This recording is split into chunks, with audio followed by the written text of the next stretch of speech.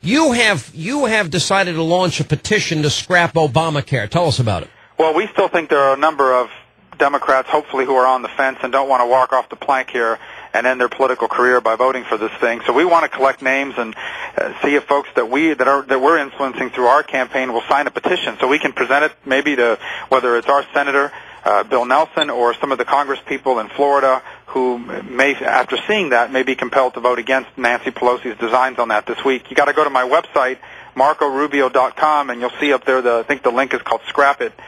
It's marcorubio.com, and if folks go on there, they'll be able to sign on to the petition, and we're looking to delivering it by Wednesday or early Thursday before they line up that vote in the House this week. Well, do you think it happens this week? Because the only news that I got that was beneficial to the Democrats from their point of view, and we have been chronicling on my website, we literally have a list of every congressman and woman and where they're leaning on this particular vote, but James Clyburn pointed out today that Representative John Boccieri in Ohio, James Altmaier of Pennsylvania, Barty Gordon of Tennessee, and Brian Baird of Washington, where no votes back in November have been converted to yes. So they've got some movement now on their side.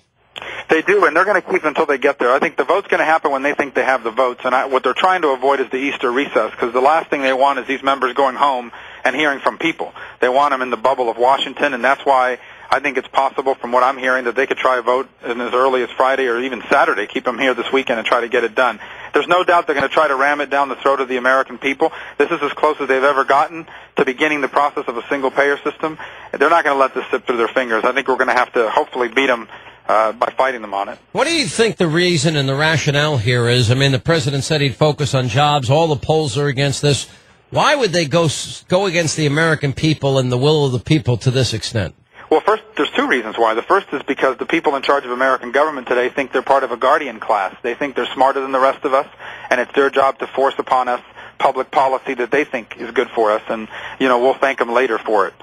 The other reason is because this is a dream. This has been a dream of the left of center. This has been a dream of the statists for 40, 50 years in America. They've talked about this in academia. They've dreamt about it in private. They've never campaigned on it because they won't get elected on it, but they've dreamt about this. This is as close as they have ever come. They are literally a handful of votes away from beginning the process of a single-payer system, and I don't think they want to let that pass them by. They know they'll never get here again. I like the fact that you really call it the way you see it, and I wish more Republican candidates would do exactly what you're doing here. Do you think the Republican Party as a whole are understanding that this is a center-right country and that, here you can, as you pointed out, you were down, 20, 30 points in the polls when you first got into the race. I remember our first interview together.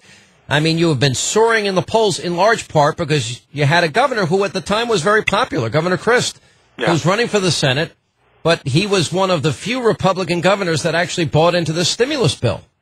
Well, there are a couple of reasons. First of all, I think the Republican Party may have gone off in a different direction, but Republicans never have. Well, you mean the base of the party? You mean the conservatives? The folks that actually. The leadership of the party is not the party. The party are the folks that vote for us, that put us in power, and they ask of us to do something. The people that got Republicans the majority in 1994. And when the Republican Party is about limited government and individual liberty and making America the strongest country in the world, Republicans win. When the Republicans are about anything else, Republicans lose. And they became about something else, and so they lost. And then there was these people in the party that actually believed that the way for Republicans to win again was to behave more like Democrats. Some, like my opponent, endorsed the stimulus and said they would have voted for it if they had been in the Senate. He's also said he wouldn't scrap Obamacare.